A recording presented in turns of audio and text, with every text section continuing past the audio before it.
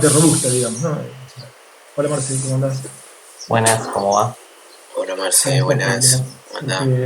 porque Valentín estaba con problemas para la mañana, él está trabajando, de paso les explico para el resto, está trabajando bueno, está empezando su tesis doctoral con Sánchez Peña, y que trabaja en diabetes hace mucho tiempo se están metiendo en control predictivo y demás, y bueno, ya empezó con trabajo de campo y tiene que ir al hospital y el hospital le dan los horarios de mañana para colectar datos de los pacientes y qué sé yo, todos los días, entonces no, se le complicó porque a partir de noviembre empezó a hacer esas cosas. Igual, bueno, te recomiendo, Juan, que grabe la clase si podés, como siempre, porque Listo, sí, después me la ya, pide. ya empecé a grabar. Perfecto. Perfecto. Buenísimo, gracias. Porque me las pide Valentín. Bueno, nada. Entonces, más o menos como habíamos arreglado el cronograma, que yo mandé un mail ayer, no sé si le llegó, supongo que sí. Eh, Vamos a dar la última clase de teoría, que es el último tema, el tema 7. Naturalmente, siempre en el curso se pueden agregar más cosas, bueno, también se podían dar menos cosas y más profundas, en fin, bueno, es toda una cuestión que uno siempre queda con la duda de si fue correcto, cómo lo encaró, con los temas que incluyó y que no incluyó, pero bueno, más o menos creo que hemos redondeado las principales cosas que queríamos contar y para terminar no podríamos dejar de hablar, por lo menos de presentar las formulaciones que hay de MPC robusto, ¿sí?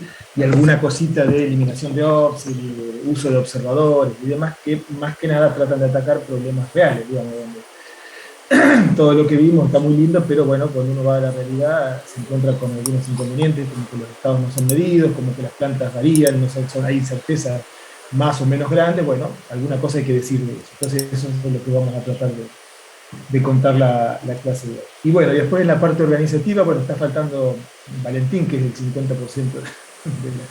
del alumnado en este caso, porque bueno, José al final se le complicó con ese accidente que tuvo, y qué sé yo, bueno, me mandó varios mails, estuvimos intercambiando, pero se ve que no pudo retomar, me dijo que iba a hacer el esfuerzo, que yo él solo me escribía, pero se ve que no pudo porque estaba medio impedido, estuvo internado y cosas.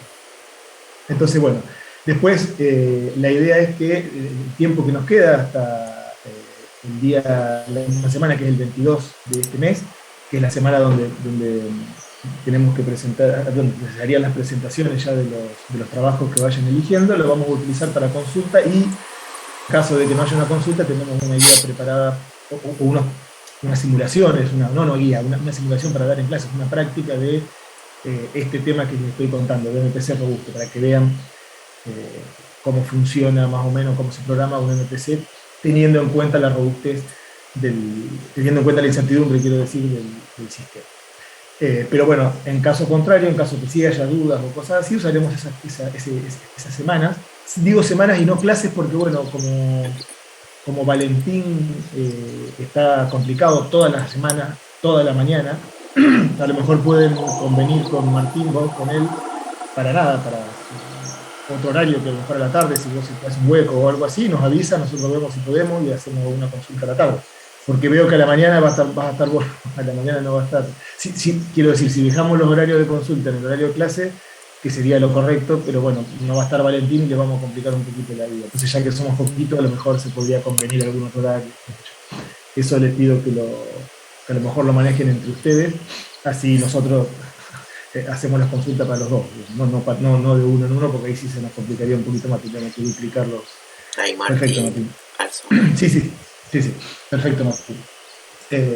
Tendríamos que duplicar los horarios de consulta y esas cosas. Entonces, bueno, nada, a lo mejor con un mailcito que se mande entre ustedes, ponen un par de días y qué sé yo, de acuerdo a las consultas que vayan teniendo y demás, y pactamos por mail algún horario fuera del horario habitual de clase. Estoy hablando de la semana que viene. Y también estaba el tema de eso que yo los apuraba un poco por el tema de que vayan buscando algún paper, digamos, ¿no? Nosotros tenemos naturalmente paper para poder sugerirles, pero siempre le damos la derecha a ustedes, a los alumnos, para que elijan alguno que a lo mejor les venga mejor con su tema. No sé, Martín, en tu caso, si viste algo, si tenés algo en mente o querés que te pasemos alguna lista. Justo eso, no sabía si lo teníamos que hablar hoy o contestaba al mail. No contesté Ya que estamos, porque lo hablamos pensé ahora. que íbamos a, a hablarlo hoy. Y sí estuve buscando, pero justo donde nosotros queremos aplicar, como que no hay nada de este tema. O sea, nada Bien. de nada, justo así que Claro, bueno, ese es el tema, está bien, o sea, eso puede pasar, eso puede pasar. Bueno, la otra opción entonces, o que vos a lo mejor querés hacer un pasito para atrás y a lo mejor ver algo de MPC que se parezca, o si no, nosotros te pasamos. El riesgo de que nosotros te pasemos es que probablemente no tenga mucho que ver con las cosas que a vos te interesan, porque bueno, no lo sabemos, digamos, no tenemos mucha idea más allá de lo que nos contaste. Entonces a lo mejor va a quedar un poco descolocado, pero no hay ningún problema. ¿Preferís que te pasemos nosotros alguno entonces? sí, la verdad que sí, desde que- Bien. porque estamos armando todavía el problema, pero estamos leyendo mucho de homeostasis como para armar el problema bien, para Perfecto, poder no, aplicar esta perfecto, técnica. perfecto, entiendo. Aparte, generalmente pasa esas cosas, digamos, está en pañales el tema de la aplicación. No va a encontrar a lo mejor un MPC aplicado a eso porque no lo han hecho Sí. todavía. Y a lo mejor no lo hagan nunca, no sé. En fin. Pero bueno, perfecto. Entonces, nada, nos ponemos nosotros a ver un trabajo. En el caso, por ejemplo, de Valentín, creo que es más directo la cosa. Le damos el pie para que elija él, porque ahí sí sabemos que hay un montón de MPC para diabetes, y bueno, si no elige él, tenemos nosotros para elegir, porque también estamos en el tema un poquito y conocemos, hay 1000 papers que podemos darle para el MPC aplicado a diabetes. Pero bueno, en tu caso entonces ya vemos de buscar alguna cosa. Se me complica ver qué podría ser específico, pero bueno, te damos una lista y vos después elegís. Así que perfecto. Ya vamos a tratar de dártelo rápido para que vos puedas elegir entre los que te damos y que nos digas cuál ya, y después, bueno, usar el tiempo de consultas también para eventualmente consultar cosas del artículo. Bueno, cosas así. Sí, y otra cosa, bueno, me puse a escribir con más detalle lo de los prácticos, así que me empezaron a surgir algunas pequeñas dudas. Bien. Y lo que estaba pensando era, bueno, después igual acomodamos el tema del horario y todo eso, pero antes de las clases de consulta, capaz que envíe un poco hacia dónde van mis consultas, más que nada para que Bueno, tal vez tenga tiempo de pensarlo o bueno, pero sí, de ver sí, hacia dónde por están mis supuesto. dudas, más que nada, Perfecto, para todo que se haga eso más nos viene rápida bien. la clase, Perfecto, pues. perfecto. Y la idea es, eso lo envío directamente al correo donde estamos todos, ¿verdad? Sí, ahora yo ya medio lo fui depurando, estamos los profes, que somos más que los alumnos, No, claro. justo por primera vez en este año. Y lo mandalo ahí nomás, y ahí ya tenemos todo acceso, y después nosotros nos distribuimos a ver cómo vamos a hacer con las consultas y las cosas, porque bueno, tenemos uno de Ale que está en Francia, que se fue a hacer una estadía, bueno, estamos ocupados, tenemos 1000 cosas, bueno, a partir de lo que mandé nos distribuimos un poco la tarea para armar las consultas. Así que sí, sentite libre de mandarlo ahí. Y lo que sí te encargo, a lo mejor, bueno, ya está al tanto Valentín, y él, bueno, él es el que a lo mejor podría proponer algo, porque él es el que le complica la mañana, a lo mejor pueden buscar un horario para que puedan estar los dos. Y de paso lo que escucha uno, lo escucha el otro, lo que pregunta uno, lo escucha el otro, y dice,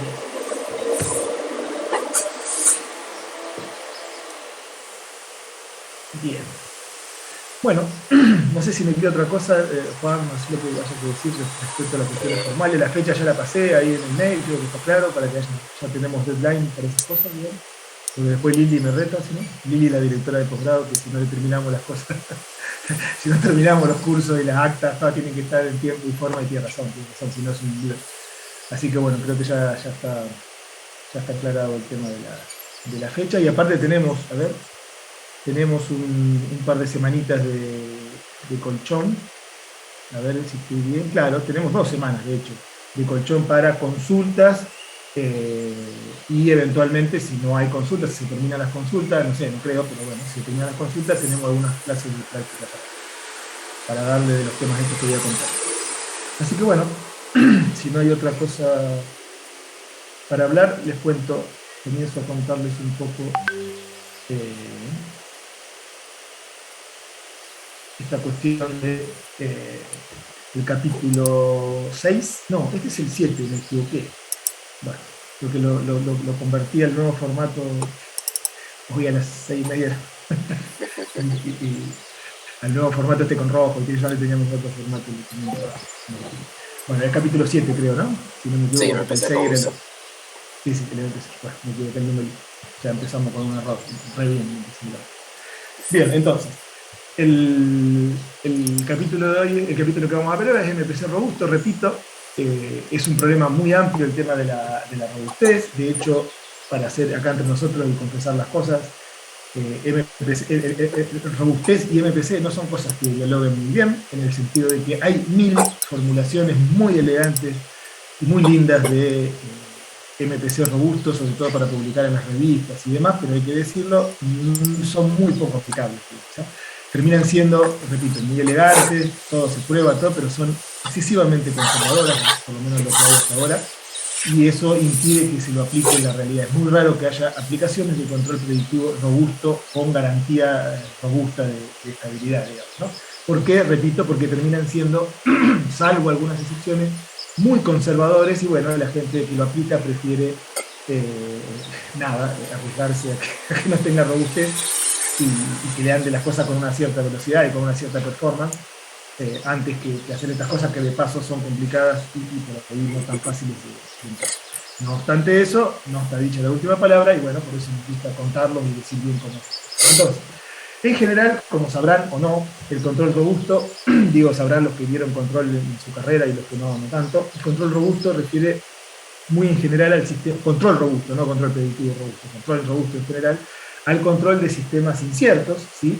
En algún sentido, donde aparece una incertidumbre, de modo que las predicciones de su comportamiento, aquello que nosotros creemos que va a ser por medio del modelo, el modelo que vamos a llamar ahora nominal, ahora vamos a diferenciar lo que es el modelo nominal, es decir, el modelo sin esa incertidumbre, no coinciden con su comportamiento real, digamos, ¿no? Esto en realidad es lo que pasa siempre, para ser más claro, digamos, ¿no? Pero bueno, nosotros hasta ahora veníamos haciendo suposiciones de que había un modelo que era la planta y chao, ¿no? Bien, el tema es que por ahí la incertidumbre puede ser descrita de diferentes formas para atacar diferentes problemas y demás, o un mismo problema incluso puede ser, esa incertidumbre puede ser tenida en cuenta de diferentes formas. Una de ellas es, una forma es incluir una perturbación aditiva, siempre desconocida. La perturbación de poner que sea desconocida es medio trivial, porque si es perturbación se supone que... Bueno, no, puede haber casos de perturbación desconocida, pero en general lo que nos interesa para robusto es cuando justamente las perturbaciones son desconocidas. Eso es lo que vamos a llamar incertidumbre de tipo aditiva.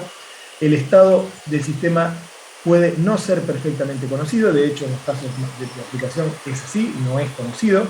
En este caso tenemos un problema de estimación u observación de estado. Ese problema es bastante importante. Nosotros por ahí, porque nos fuimos en los detalles de las formulaciones teóricas de los controladores y demás, no le hemos dado mucha importancia y hemos asumido siempre que el estado era medido, conocido, lo que fuera, conocido más que medido, porque no nos metíamos mucho en problemas concretos, pero la realidad indica que no, que una parte de las variables de estado, es decir, las salidas, que son las salidas observables o medibles, son las que son realmente las que tenemos, digamos, que son conocidas. El resto no son conocidas y aparece el problema, que es un problema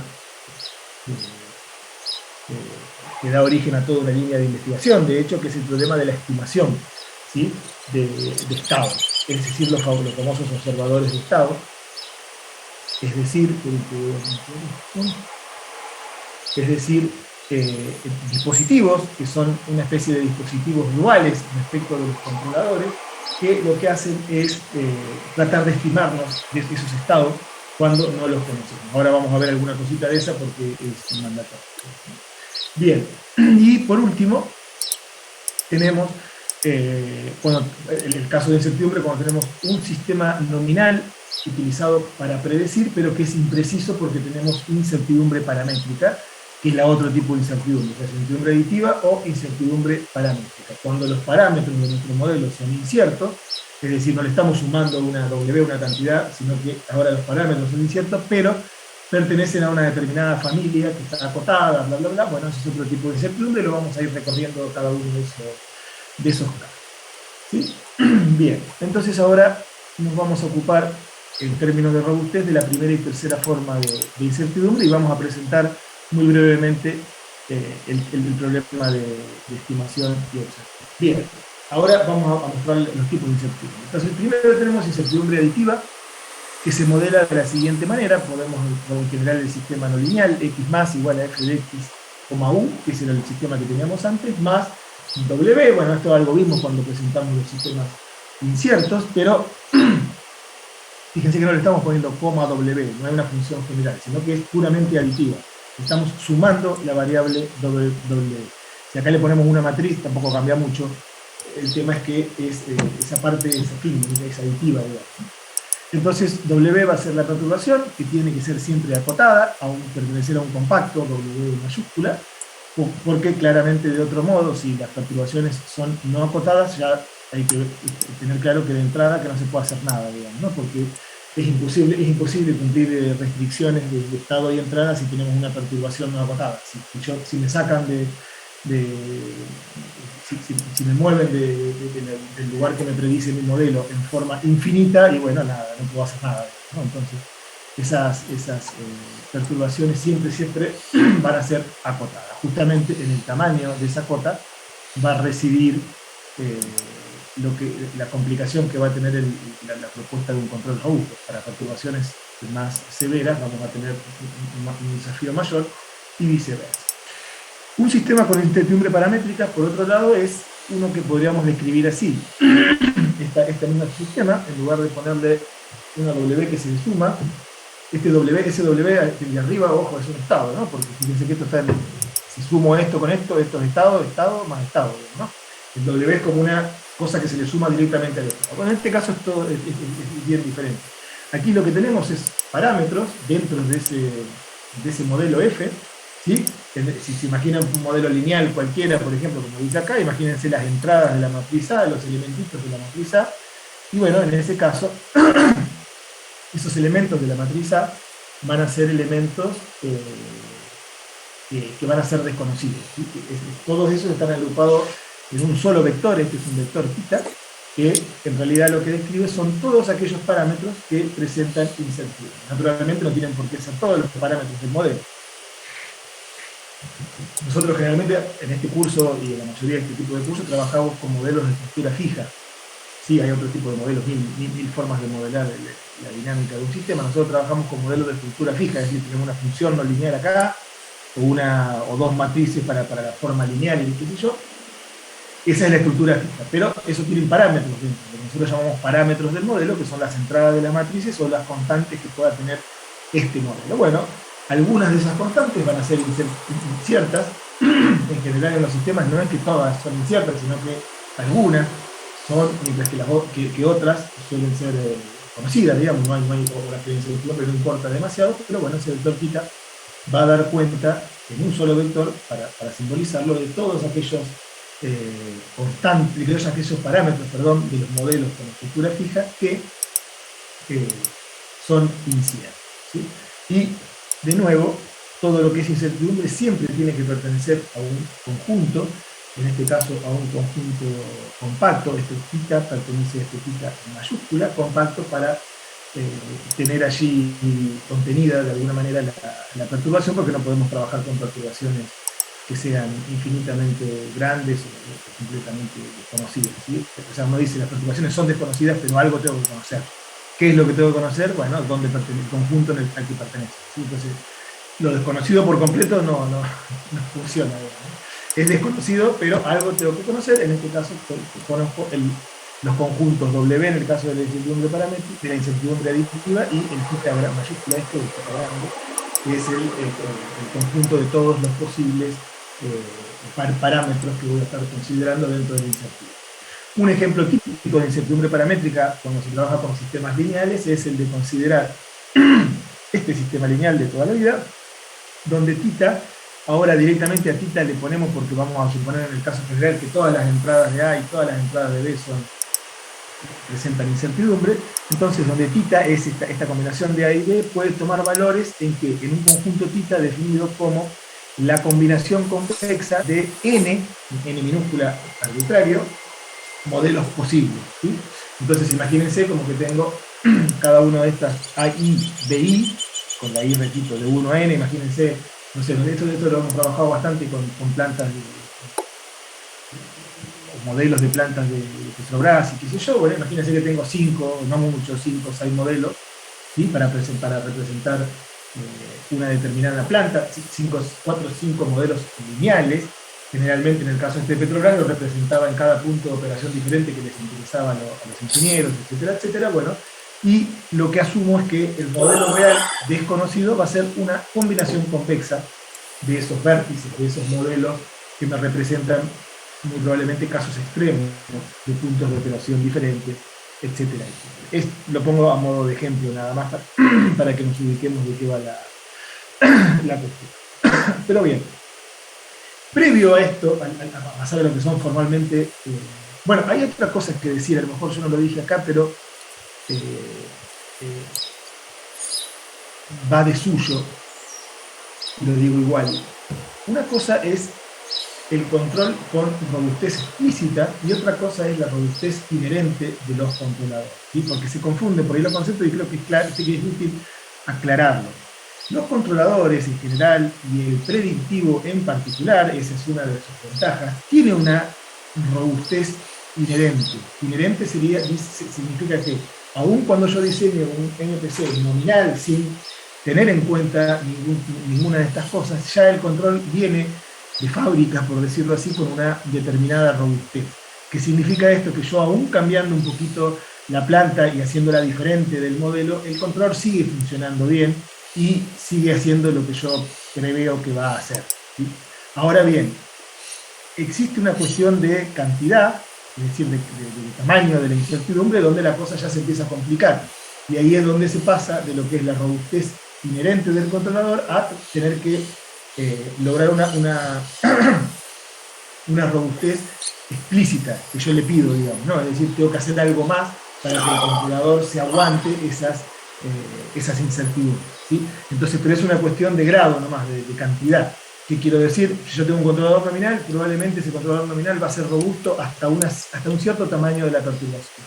Después va a dejar de serlo, y ahí es donde entra la formulación del MPC robusto, considerando la robustez explícitamente. Quiero decir, teniendo en cuenta estos conjuntos W, estos parámetros θ, etcétera, etcétera. O sea, que no se piense que los nominales, los MPC nominales sirven solo para casos, no, porque de hecho se usan, la mayoría de las veces se usan MPC nominales, las plantas no son iguales que los modelos, hay incertidumbre y la cosa sigue funcionando sin que nadie se muera. Pero bueno, llegan niveles de incertidumbre donde ya la cosa se complica, y sobre todo para tener garantía robusta, que es lo que van a lograr estos controles. Bien, pero decía, antes de pasar a lo que es la robustez explícita, aprovecho este tema para meter un temita que por ahí no lo hemos considerado, se podría haber considerado en otra parte del curso y demás, que es el tema de los observadores y más concretamente el tema de la eliminación de offset, ¿sí? ¿Qué quiero decir? En los casos de los controladores predictivos y cualquiera, siempre tiende a, y cualquiera de ese tipo quiero decir, siempre tiende a haber un problema que es el offset, ¿sí? El offset se refiere a una diferencia, pero en el estado estacionario, ¿sí?, entre el modelo y la planta que yo estoy controlando. ¿Y qué significa eso? Significa que el controlador que se basa exclusivamente en el modelo nominal, ¿sí?, estamos hablando previo a llegar a lo robusto, como tiene una ganancia, o sea, estoy hablando del estacionario solamente, no del transitorio, porque el transitorio no se ve, pero como tiene una ganancia equivocada del modelo real, en realidad va a considerar que llegó al objetivo cuando tiene todavía un offset, es decir, una distancia fija respecto al valor al que se quería ir. Eso es lo que se conoce como offset. Y bueno, se tienen que, repito, todo lo que vimos nosotros hasta ahora era para sistemas nominales, para el caso de que la planta llegara al modelo. Si nos cambian la planta del modelo, previamente a tener que meter robustez y demás, ya vamos a tener un problema de offset, es decir, el controlador va a ir a un estado estacionario que, como no conoce el modelo, va a ser distinto al que yo quería ir, porque, repito, hay una diferencia en la ganancia del modelo y la ganancia de la planta real. Pero antes de meterse en un controlador robusto, bla, bla, bla, existen otros truquitos muy sencillos que lo que hacen es compensar ese offset, porque como es de estado estacionario, se puede de alguna manera estimar, a partir de la estimación se puede corregir, y bueno, justamente eso es lo que les estoy contando ahora, y se hace, como lo acabo de decir recién, mediante estimación, es decir, mediante la utilización de un observador que va a ser el encargado, un observador, un estimador de estado, que va a ser el encargado de corregirme justamente ese offset. Pero vamos a formalizar un poquito la cosa. Acá tenemos, para describir lo que es la planta que queremos controlar, y que en general la suponemos no lineal, le ponemos M no sé por qué, porque es medido, o no sé por qué mide la M, pero esta es la planta que queremos controlar, que es no lineal. La U, fíjense que no tiene nada, pues la U es una sola, digamos, es la que no es una cosa que venga del modelo, venga, esa es la, U, la acción de control que yo voy a decidir y que voy a aplicar. Pero los estados sí, tenemos una XM y una IM, que son los de la planta real, con su correspondiente dimensión, pero por otro lado tenemos un modelo que generalmente es lineal, puede ser no lineal, pero que en general es diferente del modelo de la planta y que no le ponemos el subíndice N acá, ¿no? En este caso consideramos un modelo lineal, respetamos las dimensiones, etcétera, etcétera, pero hay una diferencia. Entonces, el problema que ocurre primero es que ya la suposición de que X es medida o conocida, por decir, ya no es válida que teníamos antes. Fíjense, por ahí nosotros siempre antes decíamos, suponemos X medida en todos los teoremas de estabilidad y todo, se supone eso, ¿no? Se supone que X es medida porque si no tenemos el observador que agrega su propia dinámica y la cosa cambia un poco. Bien. Entonces, ante este problema a priori de tener planta diferente a modelo, fíjense que es una cosa muy sonsa, ¿no? Pero no la hemos tenido en cuenta hasta ahora. Es muy sonsa, digo, porque ocurre siempre, ¿no? Y nosotros no lo hemos tenido. Entonces necesitamos un observador de estado, ¿sí? Más aún, de esta manera, al aparecer el observador de estado, no vamos a tener una garantía, como les explicaba recién, de que se va a eliminar el offset, y para eso necesitamos hacer algunas cosas, ¿sí? Primero muestro lo que es el esquema de control completo, cuando, más realista, digamos, cuando necesitamos un observador de estado, ¿sí? Nosotros hasta ahora es como que habíamos trabajado con un MPC y una planta que era igual al modelo, punto, se acabó, porque nos focalizábamos en la teoría. En la realidad esto no es así, sino que el MPC controla la planta muy linda, pero el MPC no conoce todos los estados internos de la planta. Se conoce solamente de la planta apenas una parte de esos estados, o una combinación lineal, generalmente, porque es una combinación lineal de estados, generalmente, que abarca una porción de esos estados, que es la I medida, y esa I medida es justamente lo que vamos a meter en nuestro dispositivo llamado observador o estimador de estado, que junto también con la U, esto es un detalle, necesita también la U para justamente ir componiendo y tratar de replicar lo que pasa en la planta. Lo que vamos a tener de esos observadores es justamente una X sombrerito, y acá le agrego una D sombrerito, que es un nuevo estado que vamos a agregar, ahora explico qué es, pero básicamente lo que quiero que quede el concepto es que vamos a tener un X estimado, ¿sí? Es decir, es un X sombrerito que no es el X real. De hecho, desde un punto de vista más filosófico, ya aquí no tiene sentido hablar de un estado real, porque nunca vamos a saber qué es un estado real de la planta. Es una elucubración que nosotros hacemos, una abstracción que nosotros hacemos, que la planta tiene estado. Las plantas reales no tienen estado, ¿no? A lo sumo podemos estimar un estado y armarnos todo nuestro cuentito de que hay un espacio de estado, bla, bla, bla, y todo eso. Pero bueno, eso es lo que quiero aclarar. Obviamente tenemos estados acá predichos. El X sin sombrerito va a ser el estado que predecimos, pero eso es un estado del modelo, no de la planta. No existe. El estado real de la planta es una abstracción. A lo sumo tenemos una estimación, y esa estimación justamente la vamos a querer acomodar para que sería un error decir, y eso es a lo que voy, sería un error decir que mi objetivo es que el estado estimado copie lo mejor posible el estado de la planta, porque el estado de la planta, repito, no existe como tal, ¿sí? Lo que queremos es que este estado estimado sea lo que deba ser para que mi control haga lo que deba hacer con la planta. Yo sé que es medio largo el versito, pero eso es la realidad, digamos, si lo queremos decir con todas las letras. Repito, nuestro estado estimado queremos que sea lo que deba hacer para que el controlador haga lo que deba hacer con la planta. La primera de ellas es eliminar el offset, ¿sí? Mandarlo a la planta donde yo quiero mandarla y no cerquita en un lugar cerca. Bien, para eso, ya de un modo más prosaico, hablando de observadores y demás, y suponiendo, para simplificar un poco el análisis, un sistema lineal, bueno, para no lineal es bastante complicado. Vamos a describir un poquito el problema de qué hacer con ese dispositivo llamado observador, que muchas veces trae muchos dolores de cabeza, sobre todo para los que nos dedicamos a la parte más teórica, porque nos interesa lo que pasa acá, pero acá tenemos que salir adelante con lo que pasa. Bueno, hay toda una teoría, hay gente que ha dedicado su carrera entera a diseñar y a estudiar cómo deben ser los estimadores de los observadores. Bien, pero bien simple, vamos a suponer que nuestro modelo AB es controlable, nuestro modelo lineal, la dupla AB es controlable y AC es observable, aquí donde toma la principal, la mayor de las importancias, ese tema, como decíamos siempre, es que sea observable, etcétera, etcétera. Bueno, eso significa que podemos recuperar los estados a partir de la entrada. No todos los sistemas lo permiten, lineales, si A y C no son observables. Pero en el caso normal, bonito, si son observables, sí se puede recuperar. Bueno, el modelo de predicción, entonces, ahora lo vamos a aumentar. Acá ya empezamos a hacer un truquito muy sencillo para justamente lograr eso que queríamos hacer, que era en este caso eliminar el offset. Es decir, que por lo menos nuestro modelo no se equivoque en la ganancia, ¿sí? Es decir, podamos corregir el estado estacionario por el error de ganancia. Entonces, lo que hacemos sencillamente es agregar un estado. Fíjense que acá tenemos el modelo de espacio-estado de toda la vida, pero le agregamos una BD por D, donde D es un nuevo estado que hace las veces de estado que me describe la perturbación o perturbación. Y ese estado, fíjense que es un estado puramente integrador, en el sentido de que camina con un 1 acá, en tiempo discreto, con un 1, ¿no? Eso significa un sistema integrador, es decir, que queda inalterable en el tiempo. El D en K más 1 es igual al DK, ¿sí? Esta es la dinámica, quiero decir. Entonces, esto es un estado que se le agrega, se amplía el sistema con un estado integral. Puede ser, ese estado puede ser de dimensión de la salida, porque esta matriz me ayuda a acomodarlo con el fuera, etcétera, etcétera.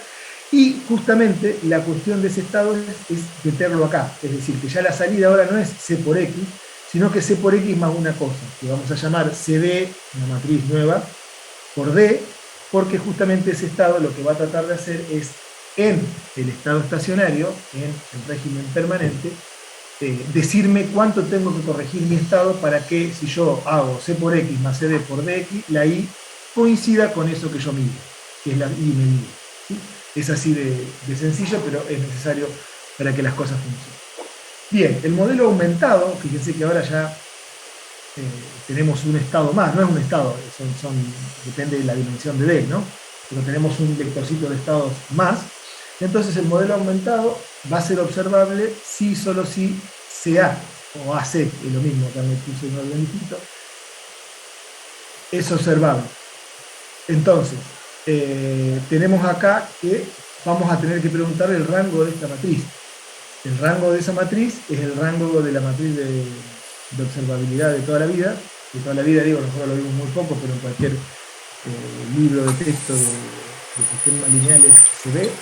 Entonces, vamos a tener que ver el rango de esta matriz ampliada, porque ahora tenemos que considerar la matriz de D y CD. Quiero decir que estas matrices B, D y CD no pueden ser cualquier cosa, tienen que ser tales que el rango de esto me dé la nueva dimensión del espacio de estado, que ya no es N, sino, N más ND. ND es la dimensión del nuevo vector. Bien, esta condición en general que estamos pidiendo acá se cumple si, no si, solo si, pero si ND es menor o igual a P, donde P es la dimensión de la salida. Son cuestiones de dimensiones que hay que tener para la observabilidad, digamos, porque acá C tiene dimensión dimensión P, porque la P, por acá lo dije, es la dimensión de la salida. Bien, entonces, ¿qué pasa en estado estacionario? Esto es medio rudimentario, pero bueno, es rudimentario en el sentido de que es trivial si uno lo analiza, ¿no? Comparado con otras cosas menos intuitivas que hemos estado viendo. En estado estacionario, en régimen permanente, suponiendo, acá estamos presuponiendo que se llegó a un estado, no importa cómo, a un estado estacionario, a un régimen permanente, se tiene esta condición acá, ¿sí? Es decir, el estado, este infinito significa que ya se quedó quieto, nada más, es un simbolito. Tiene que cumplir esto, o sea, el estado tiene que, el próximo paso ser igual al anterior, esta es la condición de estacionariedad, de equilibrio, mientras que acá tenemos que la I, sea lo que fuere en estado estacionario, tiene que cumplir que es C por X infinito más CD por D infinito. Y en el observador, perdón, que creo que no lo dije hasta ahora, tiene esta estructura. Esta es una estructura típica de un observador, en este caso el observador que nos ocupa y que nos va a eliminar el offset, ¿sí? Fíjense que lo divido entre a los estados, sigo poniendo el X estimado y el D estimado, disculpen, esto es la salida que tengo acá del observador, ese X estimado y D estimado van a ser ¿qué cosas? Fíjense que acá reproduzco el modelo ampliado, siempre acá ya estoy con el modelo ampliado, no se confundan con eso, es el modelo ampliado. Por lo tanto, si acá tengo X sombrerito de sombrerito en tiempo K más 1, acá tengo X sombrerito de sombrerito en tiempo K, tengo B y acá 0 porque la U no afecta a la D, el modelo que tengo acá, la D es un integrador puro, no aparece la U, y o sea, hasta acá es el modelo. Y le agrego un término que es el famoso término de corrección, eso es lo que hace, lo que opera el observador, que es una matriz, que ahora vamos a ver unos detalles que tienen dos ganancias, se llaman la ganancia del observador, la divido en dos, esta se le suele llamar EL en general, LX y LD para diferenciar las dimensiones de X y de D, es una ganancia del observador que multiplica ¿qué cosa? Y bueno, el error entre lo que es mi salida predicha, imagínense, mi salida predicha es esto más esto, es decir, es la salida que yo tendría haciendo C por el X sombrerito más CD por el Y sombrerito. Decía, esa ganancia multiplica la diferencia entre eso y la IM. Quizá la IM esta habría que haberlo puesto después del CD, pero bueno, es lo mismo, no cambia la cosa, ¿no? Entonces, ¿qué es lo que apunta a hacer esto? Ya lo adelanto, y bueno, esta ganancia, si es lo que corresponde, si tiene las dimensiones que corresponden, lo que va a hacer es aparecer siempre y cuando este error no sea C. O dicho de otra manera, cuando yo hago caminar esto, cuando yo hago caminar el observador, lo que hace esta ganancia es llevar esto a C. Es decir, hacer que, lo que le dije antes con otras palabras, que el controlador haga lo que tenga que hacer con la planta. Es decir, hacer que coincidan en estado estacionario solamente mi predicción a partir de los estados estimados con la salida que yo mido, ¿sí? Dicho de otra manera, lo que ocurre con esto es que mientras eso no ocurre, acá va a haber un error, y esto, como es un observador que lo vamos a hacer estable, como un dual del control, como lo vamos a hacer estable y converge, esto no va a dejar de, para decirlo mal y pronto, este término no va a dejar de molestarnos hasta que, todo este término no va a dejar de molestarnos hasta que este error se haga así, ¿sí? Porque esto, repito, se comporta como un controlador, y es lo que estoy diciendo acá, si LX y LD son de rango completo, ¿sí? Si las tengo incompleta ahí, pero bueno, esas las elijo yo, es justamente el parámetro por excelencia de diseño de un observador, es la ganancia, los L, eso la elijo yo. No es trivial elegirlas, pero naturalmente hay formas de elegirla para que hagan lo que tienen que hacer. Entonces decía, si LX y LD son de rango completo, entonces este dispositivo acá, que corre solo con estimaciones, con X sombrerito y Y sombrerito, va a converger, es decir, para K tendiendo a infinito, va a hacer que el X sombrerito de K tienda a un X sombrerito infinito, el D sombrerito de K va a tender a un único D sombrerito infinito, y sobre todo, que es lo más importante, va a hacer que C por X sombrerito más C D por D sombrerito tiendan, si puedo poner el infinito y el igual, pero tiendan a la I medida, que eso sí la tengo y la conozco, ¿no? Es decir, este error que aparece acá, esta diferencia de estos dos términos menos el IM, va a ir a C. Entonces, en ese caso vamos a decir que el modelo de predicción alcanza las mediciones en estado estacionario. O dicho de otra manera, que el modelo de predicción en estado estacionario va a ser igual a las mediciones, a la I medida. ¿Sí? ¿Por qué? Porque de otro modo no se va a quedar tranquilo y no va a llegar a un estado estacionario, ¿no? Ese es un poco el truco de usar este modo integrador acá. Este modo integrador acá hay que hacer las conquistas y ver el análisis, cómo va a ser la dinámica y demás, pero se puede ver en forma relativamente sencilla que esa dinámica lo que hace es converger sí y solo si este error es bien. Entonces, esa es la forma genérica, lo estoy contando muy por arriba, pero para que no se vayan, no se termine el curso sin tener esa idea de lo que hacen los observadores para la eliminación de error. En términos de observadores y estimaciones, repito, hay un mundo. El más conocido de todos es el observador, bueno, más conocido, uno muy utilizado es el observador de Kalman, está el observador de Leuenberger, este es más como el de Leuenberger. El de Kalman lo que hace es tener en cuenta las condiciones estocásticas, el conocimiento estocástico que yo pueda tener de las perturbaciones, y entonces optimiza en términos de esa cuestión estocástico algún criterio, pero en definitiva lo que hace es más o menos lo mismo. Bien, nos da estados estimados de manera de que las cosas funcionen. De hecho, en la práctica que yo tengo por allí, para que incluso las podemos subir independientemente de que las hagamos en clases o no, están desarrollados los dos observadores, el Kalman y el Weinberger, y se pone en el mismo sistemita que tenemos siempre, los observadores, para ver qué cambia cuando la planta difiere del modelo y cómo los observadores me solucionan el problema. Está todo simulado y demás, pero es más de simulación, esto que no hay mucho más que explicar que lo que acabo de decir. Ahora bien, vamos a ver, por ejemplo, cómo podemos hacer esa eliminación de offset, ¿sí? Porque bueno, acá yo estoy diciendo, cambié el modelo, ¿sí? Ahora, ¿cómo hago ese modelo? ¿Cómo lo meto en el MPC? Hasta acá solo dije cómo meterlo en este observador para que me dé X sombrerito y Y sombrerito. ¿Cómo programo el MPC con estas dos cosas que ya no son los de antes? No es que tengo el estado, tengo un estado ampliado y encima estimado. Bueno, sencillamente acá me paso un poco cómo cambia que es solamente meter el modelo ampliado, ¿no? Nada del otro mundo. Cómo cambia el MPC para tracking, es decir, el MPC incluso con variables artificiales, auxiliares, etcétera, etcétera. Cómo va a cambiar cuando yo tengo en cuenta ese observador, ¿sí? Porque cambia, de hecho. Bien, el costo, ahora, ya no puedo hablar más de estado, quiero decir, el estado X al tiempo actual ya no es más X, ahora tiene que ser esa estimación, y también voy a necesitar el D para corregir justamente. Bueno, después el resto es más o menos todo lo mismo, tengo el mismo, este es un costo genérico con variables artificiales, etcétera, etcétera, y el problema de optimización luce de esta manera. Vamos a agregar, bueno, acá, un detallecito, una variable artificial para la perturbación, porque es un estado nuevo, nada más. En realidad, uno si acá trabaja con un estado ampliado que le llama Z, no sé, como quieran llamarle, directamente no hace falta poner ni la D acá, son Z y es el estado ampliado, pero lo que quiero acá es justamente explicitar que tenemos las dos cosas, el estado original del sistema más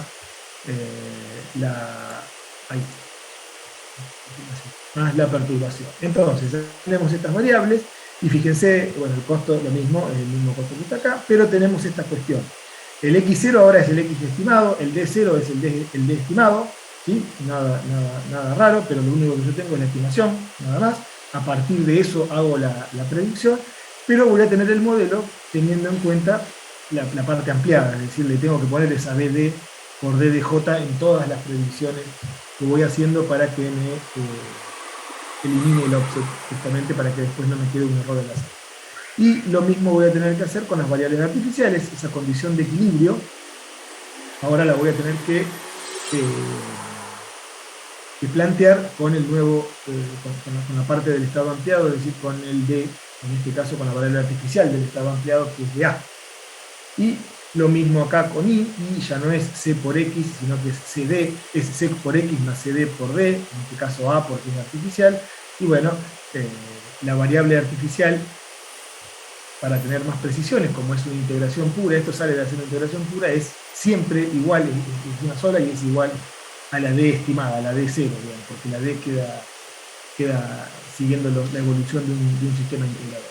Repito, yo acá lo estoy diferenciando, si uno en realidad le llamaría Z el estado ampliado, no ve nada acá, porque tendríamos esto A con la A ampliada por el estado Z, y acá tendríamos X, Z, Z, Z, y no aparecería esta división, digamos, ¿no? Pero bueno, acá está explícitamente puesto para justamente aclarar que estamos teniendo en cuenta ese estado nuevo que es el estado de perturbación, el D, ¿sí?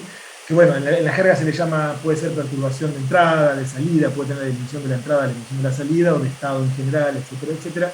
Si se cumplen las condiciones estas del rango de las matrices y los observadores, para cualquier caso la cosa funciona bien. Y bueno, el control resultante de esto, ¿qué es lo que produce? Bueno, produce una IK que tiende a este valor acá, que yo lo pongo pintadito, pero que es el set point, la referencia para la salida, tiende a ese valor, porque si yo no le pongo eso y la planta es distinta del modelo, no va a atender a ese IST. Va a atender a un valor fijo, pero que no va a ser eso. Va a ser probablemente cercano, depende del error de ganancia, pero no va a ser exactamente eso. Entonces, de esta forma lo que se hace es compensar esa diferencia. Bueno, acá hay un ejemplito que los dejo para que lo miren después tranquilo, es el reactorcito ese con el que veníamos trabajando, y bueno, se muestra en una simulación. Nosotros tenemos simulaciones por ahí más didácticas con los ejemplos que venimos viendo, pero bueno, acá lo mostramos con un ejemplo un poco más grandilocuente, y nada, ahí acá están las predicciones en rojo, sin el observador, que le erran, para decirlo mal y pronto, al estado estacionario. Ese es el offset, o sea, este es el set point del estado X1, y X2, y X3, y X4, y las rojas generalmente se equivocan porque tienen un error de ganancia, mientras que las negras, que son con el observador, ese observador ampliado, efectivamente van a donde tienen que ir porque tienen ese observador. Estas son las entradas, bla bla bla. Es solamente un ejemplo. Bien, y ahora sí vamos a ver las formulaciones de los NPC robustos. Vamos a empezar primero por la incertidumbre aditiva, y después sobre el final vamos a ver la incertidumbre parámetro. Incertidumbre aditiva, primero vamos a ver hay dos enfoques, que es el NPC por tubos, que se le suele llamar así como suena, tubes NPC. Por tubos porque como que concentran la incertidumbre de la evolución de los estados en tubos en lugar de trayectorias, esa es la idea. Y después tenemos un NPC con lo que se llama restricción constrictora, donde los tubos en realidad no son tales, sino que se van angostando, son más como un embudo, para hacer el controlador un poquitín menos conservador de lo que ya es un controlador NPC robusto. Bien, ¿cuál es la idea fundamental de todo lo que es, diría yo, MPC robusto para incertidumbre aditiva, ya sea tubos o restricción constructora, que son dos formas de hacerlo? Bueno, nada, consideramos primero, vamos a ver un ejemplo lineal, claro, para que sea más didáctica la cosa. Tenemos la incertidumbre aditiva que dijimos, más W con el W acotado y demás. Vamos a hacer la suposición de que AB es controlable, la incertidumbre es acotada. En este caso, incluso para simplificar un poquito las cosas, es el W, que acá le llamé con otra letra, no sé por qué, pero bueno, el W que contiene al conjunto de posibles perturbaciones es un poliedro, para que sea más sencillo. Esa AW por W menor o igual a W significan las matrices A y B de cualquier restricción poliédrica. Y el estado del sistema, bueno, es conocido, mejor dicho, es estimado, como veníamos diciendo recién, en cada tiempo de muestreo, o incluso podemos suponer conocido, porque acá no estamos metiéndonos con el problema de la estimación, sino con el tema de la robustez. Naturalmente que en la realidad van los dos juntos, pero para tratarlos en forma separada podemos suponer que X es conocido. Si no es conocido, de hecho, en vez del X tenemos el X sombrerito, ¿no? O el X sombrerito más el D sombrerito. Pero para separar las aguas incluso lo podemos suponer conocido, para que se vea que aún así, si hay incertidumbre fuerte, vamos a necesitar una formulación. Bueno, y ahora sí, las principales características, decía yo, de los NPC para considerar la incertidumbre de tipo aditiva van a ser los siguientes. Si esto se le suele llamar los principales ingredientes en la jerga, main ingredient, o principales características que vamos a hacer. Primero vamos a considerar una preestabilización, es decir, eso ya algo vimos, se va, en este caso, pero este no es un control local, ¿no? Como veíamos antes, es una preestabilización, es decir, el control lo vamos a imaginar como que vamos a elegir una K, de modo que cuando cierre el lazo con esa K, esto es un feedback, una ley de control, de modo que cuando cierre el lazo tengamos un lazo estable.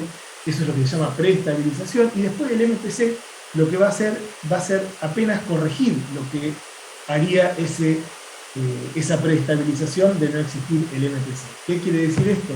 Que cuando el MPC diga que su corrección, su nueva U para corrección sea 0, el control va a hacer exactamente lo que hace este precontrol, o esta preestabilización, este control K. En este caso el MPC se puede ver como apenas un corrector de lo que haría este controlador. Naturalmente lo corrige cuando este K, que no ve restricciones, no tiene en cuenta nada, se le complica, digamos, ¿no? Cuando la perturbación hace que ese controlador sea infactible, bueno, no funciona. Vamos a considerar entonces, siempre van a estar ahí las predicciones nominales, es decir, le vamos a llamar X barrita y U barrita a toda la que es la predicción si eliminamos W, es decir, sencillamente a este modelo le sacamos la W y a eso le llamamos nominal, porque no hay nominales cuando no hay perturbación. Y lo que se hace, este es el truco principal, es restringir las restricciones, es decir, hacerlas más severas las restricciones, de allí que esto ya pinta para ser más conservador. Y en cada paso, los conjuntos de restricciones, que bueno, acá tengo, a ver,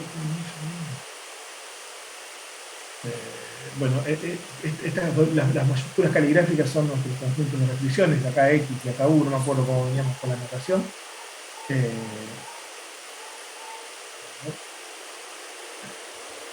Me dan un segundito y regreso.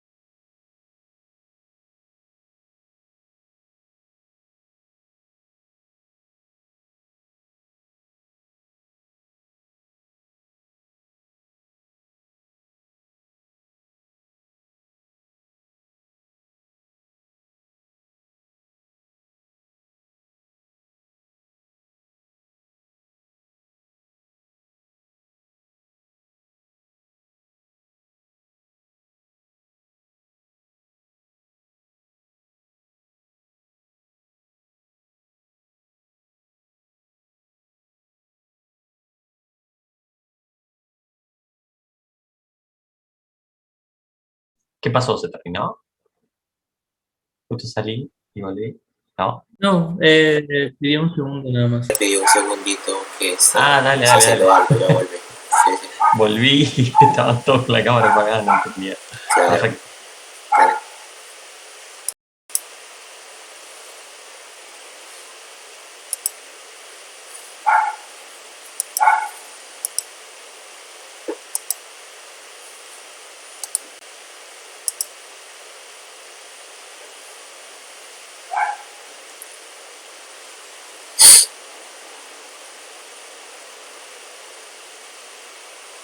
Disculpen, gente, que otra vez me contratiempo. No, no hay problema, Ale. Perdón, de vuelta. a todos. Tuve que disparar. Eso de estar acá en home office. Tuve esa cosa. Tienes discusión. Mil disculpas por eso. Bien, vamos a seguir entonces con lo que estábamos diciendo. Entonces, la idea es que el MPC robusto para incertidumbre aditiva en general, la forma que tiene de tratar este problema, de solucionar el tema de conservar lo que son todos los beneficios del MPC cuando las predicciones en realidad son inciertas, es decir, cuando yo creo que el Estado está en un determinado lugar, pero después las incertidumbres, me lo van moviendo. La forma en que lo hacen es restringir más el problema, es decir, comerle a las restricciones una cierta cantidad, que es lo que hacen estos conjuntos, ¿sí? Estos conjuntos de restricciones restringidas, se podría decir, perdonando la redundancia. Y fíjense que tenemos, en lugar de tener el conjunto de estado original, ahora vamos a tener un X barrita, que es barrita porque es para la evolución nominal, que es el mismo conjunto, pero le hacemos la diferencia de Minkowski con R infinito, donde R infinito, ahora lo vamos a ver cómo se define, es el mínimo invariante robusto del sistema, ¿sí? Y fíjense que acá en realidad le estamos restando en porque el otro que vamos a ver, que es bastante parecido, pero es un poquitín menos conservador, vamos a tener una restricción constrictora, contractiva sería en español, en donde le va, para cada paso de la predicción, le va comiendo una parte mayor, digamos. Pero en este caso el de tubos clásicos, que funciona y que es bastante más sencillo de implementar que el otro, o no bastante, pero es un poquito más sencillo, tenemos, decía, que el X está carcomido por ese conjunto invariante robusto. A la restricción le saco esa parte, a la restricción de estado, y a la restricción de entrada le saco la correspondiente parte de la entrada. Es decir, este conjunto R, que vive en los estados, porque es, decía, el mínimo invariante robusto, multiplicado por el feedback de preestabilización que habíamos definido como uno de los ingredientes principales acá arriba, ¿no? Siempre estamos trabajando sobre un control preestabilizado. Ahora bien, lo que se garantiza de esta manera, y no es muy difícil de ver, es que la evolución del error, es decir, si yo trabajo, para decirlo de otra manera, si el sistema nominal evoluciona dentro de estos conjuntos restrictos, entonces la evolución del sistema real, con cualquier perturbación posible, va a estar en estos conjuntos X. Dicho de otra manera, el error va a evolucionar de manera de estar confinado en R infinito, ¿sí? En el mínimo invariante.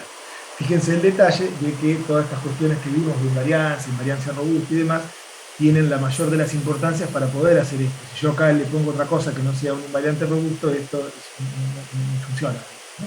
No le puedo poner cualquier cosa más o menos, ¿no? Porque podría perder performance, podría ser más conservador o podría perder flexibilidad, digamos, dependiendo si le pongo mucho o poco, ¿sí?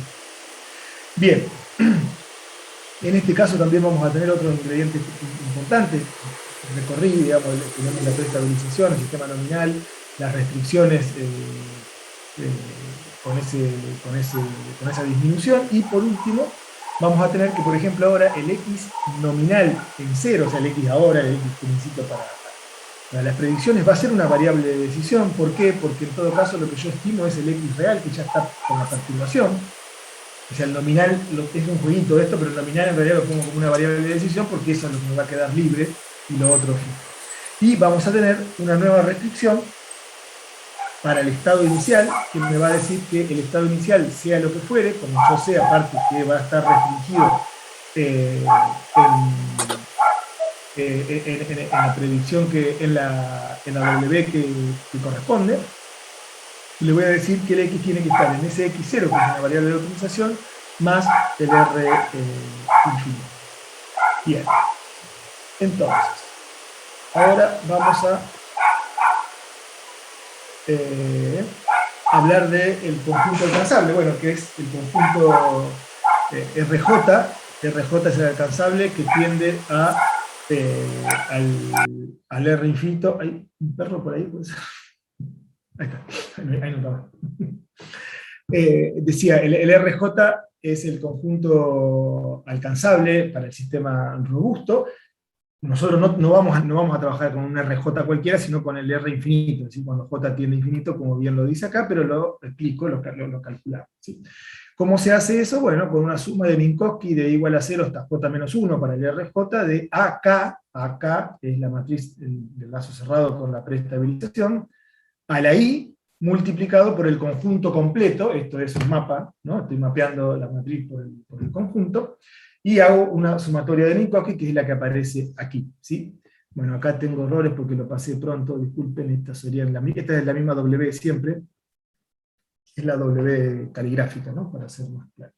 Pero bueno, es una iteración que me da un RJ. Ese RJ tiene distintas propiedades, creo que algo vimos cuando vimos las formas de calcular invariantes robustos. En realidad esta es una forma de ir desde adentro hacia afuera, empezando a calcular y converger al mínimo invariante robusto de un sistema. Es decir, bueno, se cumplen estas propiedades, RJ, suma de Minkowski, AK por W es RJ más 1, porque le agrego un término más, esto es bastante sencillo, pero también el AK por RJ, suma de Minkowski W, también es igual a esto, que era igual a esto. Los RJ se contienen unos a otros, ¿sí? De manera que van creciendo a medida que crece el índice, y tienen la particularidad de que el límite para J teniendo infinito de RJ es el R infinito, que justamente es el mínimo invariante robusto que necesitamos poner acá, ¿sí? Bien, claramente esto, si R infinito es el mínimo invariante robusto y los RJ son más chiquitos, los RJ no son invariantes, ¿no? Entonces hay que tener cuidado con eso. Esto no da una sucesión de conjuntos invariantes robustos, sino que convergen. Los RJ no son invariantes robustos, pero R infinito sí lo es. Bueno, la definición de invariante robusto creo que no hace falta decirla, solamente tengan en cuenta que acá es bastante sencillo para el tema de la matriz A sub K. Si yo mapeo un conjunto omega por SA K por un solo paso, pero de la matriz del sistema preestabilizado, y si esa cosa está, si le agrego el conjunto W y sigue estando en omega, eso es un invariante, ¿no? Es bastante sencillo. Bien, ¿cómo queda la formulación del controlador? Si nos agarramos medio del MPCT, fíjense que primero le pusimos el observador para ver cómo se ponía, ahora seguimos con esa formulación genérica del MPC para tracking, es decir, con variables auxiliares, bla, bla, bla, pero ahora lo presentamos para el caso de hacer una formulación robusta por tubos, ¿no? Entonces, fíjense que acá aparece, que lo puse con azul, otra variable más, que es el estado nominal en el tiempo cero, porque el que es conocido, que dijimos, es el estado real, ¿sí? Ya sea que sea estimado o lo que sea, no importa, pero acá la cuestión es el tiempo, lo que yo no sé es lo que viene de los estados, pero sí puedo suponer que sé lo que ya pasó, el estado que mido, o que estimo, o lo que sea, es este que está acá.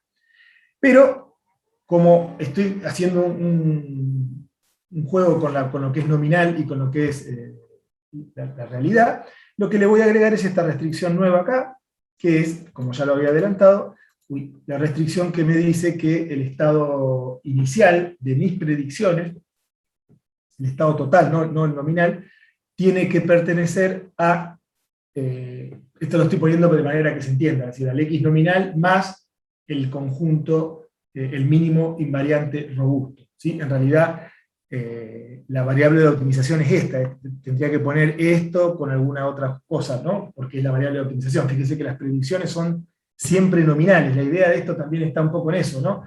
El hecho de comer un poco las restricciones, ¿cuál es? Y bueno, trabajar con el sistema nominal, sacarme de encima las perturbaciones para todo lo que está dentro de la predicción, todo lo que está dentro del programa de optimización del MPC, y garantizarme que aún trabajando con las predicciones nominales, la realidad no se me va a ir de los conjuntos que yo quiero que no se vayan, ¿no? Entonces, en ese caso, fíjense que las predicciones son nominales, tanto para las variables auxiliares como para la predicción de los estados. Los estados nominales, como le dije, ahora ya están restrictos no a los conjuntos originales, sino a los conjuntos restrictos, ¿sí? Es X barrita y U barrita. Y bueno, acá tenemos un detallecito que no lo vamos a entrar en detalles, pero que para ponerlo en términos generales, la restricción terminal, que antes decíamos que pertenecía a lo que era un invariante para tracking, bla, bla, bla, es decir, un invariante que engloba tanto los estados como las variables auxiliares. Bueno, ahora ese invariante para tracking no va a ser el que era antes, este sería para el sistema nominal, sino que le tengo que restar este conjunto. Esto está todo medio condensado, mucha información quizás, ¿no? Porque el invariante para tracking trabaja en el dominio de los estados y los estados auxiliares y las entradas auxiliares, tiene esa dimensión. Este X, omega TA está en esas dimensiones, y le tengo que restar básicamente el R infinito, es decir, el mínimo invariante robusto ese que estoy utilizando. Bueno, este por 0 es para que me den las dimensiones nada más.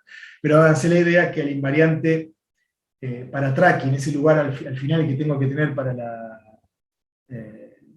las predicciones, es decir, la restricción terminal para las predicciones, tengo que restringirla un poquito más porque tengo que descontarle las posibles perturbaciones, ¿no? Es bastante intuitivo en ese caso. A tener en cuenta, en este caso, este es el problema que resuelvo, pero fíjense que detrás de todo esto está siempre implícitamente la preestabilización. Entonces, la acción de control que voy a aplicar es, una vez que tengo la solución de esto, es K por X, K menos X, este 0 significa el óptimo pero nominal, de 0K, más, este es el óptimo que saco del problema de optimización, pero lo tengo que sumar a la preestabilización. Está un poco difícil puesto, pero lo que quiero que quede claro es que acá el MPC corrige, ¿sí? para lograr la robustez, lo que haría el control preestabilizante solo, ¿sí? Este que habíamos definido acá. Yo tengo el control preestabilizante. Si el MPC decide que con ese está bien, va a dar una U de 0 y no va a hacer nada, pero si decide que hay que corregirlo, va a poner una U que lo va a corregir, para abajo, para arriba, para lo que sea, pero lo va a corregir. Entonces, eso más o menos es la idea de una formulación de un control MPC por tubo. También tenemos programado esto en los ejemplos sencillos que hay por allí y demás, para que se vea, porque esto por ahí tiene bastante abstracción y hasta que uno no lo ve programado no lo cree o no lo termina de visualizar. Bueno, esta es una simulación en un sistemita de 3 estados.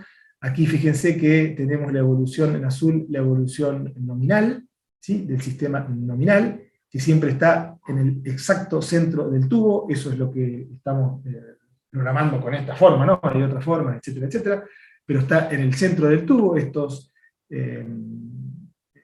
poliedros en rojo son los conjuntos R infinito, que les estoy poniendo en cada uno de los pasos, y en negro está la evolución del sistema real cuando yo lo perturbo en forma aleatoria con una W que está dentro del conjunto W grande, ¿sí? Acá medio que tira siempre por el mismo lado, no sé cómo fue esta simulación que la hicimos, y qué sé yo, pero bueno, la idea es que por ahí, incluso yéndose por los bordes de esto, nunca pierde la factibilidad en el sentido de que nunca se sale de los tubos, es decir, que los tubos contienen completamente todas las posibles evoluciones del sistema en cada paso. Si acá uno lo ve, yo no estoy demostrando la estabilidad robusta, pero bueno, hay un montón de cositas que tener en cuenta. Cada una de estas restricciones y formas y la invarianza, etcétera, etcétera, están pensadas para que yo, recorriendo los pasos aquellos que vimos de la estabilidad del MPC, pueda garantizar ese decrecimiento del costo, etcétera, etcétera, y pueda garantizar la convergencia a, bueno, ahora lo vamos a ver a eso, porque acá el objetivo no es converger a este punto. Fíjense que, bueno, yo medio que me lo olvidé, pero el problema de todo esto es guiar el sistema a un objetivo, a un estado concreto. Bueno, acá en realidad lo que voy a garantizar, porque esto es un sistema perturbado, no puedo garantizar, si la perturbación queda viva siempre, está siempre presente, no puedo garantizar que converjo a un estado, pero sí puedo garantizar que converjo a ese estado más, ¿qué cosa? El mínimo invariante robusto del sistema, que es el conjunto más chiquito al que puedo converger con una perturbación de ese tipo. Y este controlador lo garantiza. Bueno, acá seguimos teniendo otras.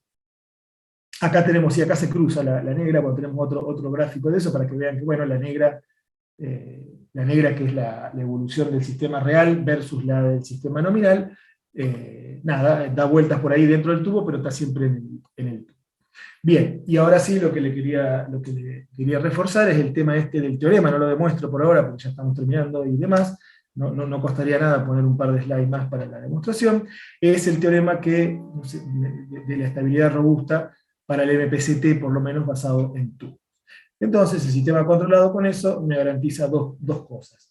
Para toda condición inicial, dentro de lo que es el dominio de atracción, es decir, estados que se puedan llevar en n pasos a ese bendito conjunto terminal, ¿no? A ese conjunto, a ese invariante para tracking, qué sé yo qué. Y para cualquier XS, la evolución del sistema es robustamente factible y admisible. ¿Esto qué significa?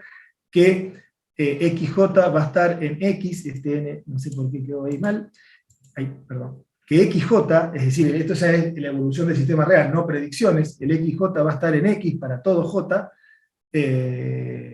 y XJ y UJ, la dupla, va a estar en X por U, es decir, van a ser factibles todos los X y todos los U desde el tiempo cero en adelante, J en cualquiera, y siempre que las W estén contenidas, bueno, acá me parece que hay un problema con los índices, pero siempre que las W, o sea, las W en cada instante estén acotadas como corresponde, ¿no? Eso es lo que me garantiza.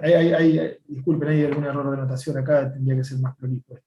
Pero bueno, la idea creo que el concepto queda. Es decir, todos los estados, que es lo que quisimos mostrar como ejemplo acá, todos los estados desde el principio hasta el que converja, hasta el final, para todo J, vamos a tener factibilidad, digamos, ¿no? Es decir, acá le estoy mostrando que está contenido en el tubo, pero la idea es que si esto está contenido en el tubo, entonces la evolución del estado real y los controles que usamos para la evolución de los estados reales, ninguno va a violar las restricciones originales que le pusimos al sistema. Y finalmente, este es el resultado importante, de convergencia, el lazo cerrado converge asintóticamente a quién, no a XS, porque no se puede, repito, porque la perturbación siempre está ahí dando vuelta, pero sí a XS más el R infinito, que es el mínimo invariante robusto, ¿sí? No se puede converger ya por el sistema, no por el controlador, no se podría converger a una cosa más chica que esto porque no hay garantía de eso, no es un invariante robusto, ¿sí? Un sistema robusto solo puede converger a un invariante robusto, no puede converger a un punto, ¿sí? Bien, en este caso no solo converge a un invariante robusto, sino que converge a el más chico, ¿sí? Desplazado con XS, para que el XS pueda hacer cualquier cosa, pero dado un XS, es el mínimo conjunto invariante robusto que le corresponde a XS, y bueno, de esa manera, si bien, repito, estas cosas son muy lindas, pero suelen ser muy conservadoras a la hora de las aplicaciones, por lo menos salimos adelante y tenemos una forma de resolver el problema. Bien, la restricción constrictora es una versión un poquitín mejorada de los tubos, nada más que eso. Nosotros hemos trabajado bastante en el grupo, Agustina, etcétera, Antonio y demás, hemos trabajado con ellos bastante en esto. Tenemos el mismo setting, digamos, las mismas suposiciones que teníamos para el otro controlador. Usamos una notación un poquito diferente para que quede más explícito el tema ese de que el MPC corrige lo que me hace el control preestabilizante, pero de nuevo las principales características son un control preestabilizante. Acá ya directamente, fíjense cómo ponemos el sistema como AK por X, esto ya está preestabilizado, el AK, y después le sumamos una BC. C ahora es el control que agrega el MPC, es una diferencia de nomenclatura nomás, incluso para estar más acorde con los papers que tratan de estas cosas y demás, que son como distintas las líneas. Esa C que me aparece allí es justamente el control que me va a agregar el MPC, ¿sí? Podríamos decir, sin temor a equivocarnos, que es el nominal, digamos, el U nominal, el U barrita que teníamos antes, y tenemos el W. Y la U va a ser ¿qué cosa? K por X más esa corrección. Es lo mismo que teníamos antes. Quiero decir, la U final, total, que le vamos a aplicar al sistema es la preestabilización más lo que el MPC corrija, o decir, a corregir para evitar problemas, digamos, ¿no? Para decirlo así en general, y para lograr la convergencia y la factibilidad. Entonces, como antes se va a considerar solo la predicción nominal, la idea de estos MPC para incertidumbre aditiva siempre es considerar, bueno, en los otros también van a ver, pero siempre, siempre es considerar predicciones nominales y garantizar que aún trabajando con lo nominal, lo real, es decir, lo perturbado, sigue cumpliendo las cosas que yo quiero cumplir. Esa es la forma diría que ese es el corazón de todos los MPC robustos, repito. Trabajar con predicciones nominales, es decir, mantener la formulación como antes nominal, pero agregar los ingredientes necesarios, tomar los recaudos necesarios, generalmente con restricciones adicionales, ¿sí? Esto acá. Ahora vamos a ver incertidumbre paramétrica, también pasa algo similar, es distinto, pero pasa algo similar, para garantizar, decía, que aún con predicciones o con el controlador diseñado para el sistema nominal, yo pueda seguir cumpliendo las condiciones robustas de la realidad, ¿sí? ¿Y por qué hago esta diferencia? Esto está fuera de lo que es lo que contamos en el curso, digamos, esto es extra. Esto es un tema que se podría incluir en el curso, pero por ahora no lo incluimos, está fuera del programa, digamos. ¿Qué pasa? Cuando uno mete en las predicciones no solo lo nominal, sino que mete alguna información de la incertidumbre, ahí pasamos a otra línea, que es lo que se llama MPC estocástico, ¿sí? Que busca lo mismo que el MPC robusto, es decir, dar cuenta del problema de control cuando hay incertidumbre, pero lo hace de manera diferente, es decir, considerando algún conocimiento de esa incertidumbre, ¿sí? Y metiéndolo dentro de las predicciones. Naturalmente en ese caso necesitamos conocer algo más de la W esa, por ejemplo, o de la perturbación en general, necesitamos tener alguna especie de función de distribución de esa W, esa función de distribución tiene que ser de soporte acotado, es decir, no puedo poner una normal que sea infinito, porque otra vez tenemos un W infinito, un conjunto W infinito, pero si hacemos una cosa que parezca, bueno, hay esas formas que hay de hacer distribuciones que parezcan normales, que sean muy parecidas a las normales, pero con soporte finito para poder acotar y que realmente no exista la posibilidad de que W sea infinito, porque no nos sirve.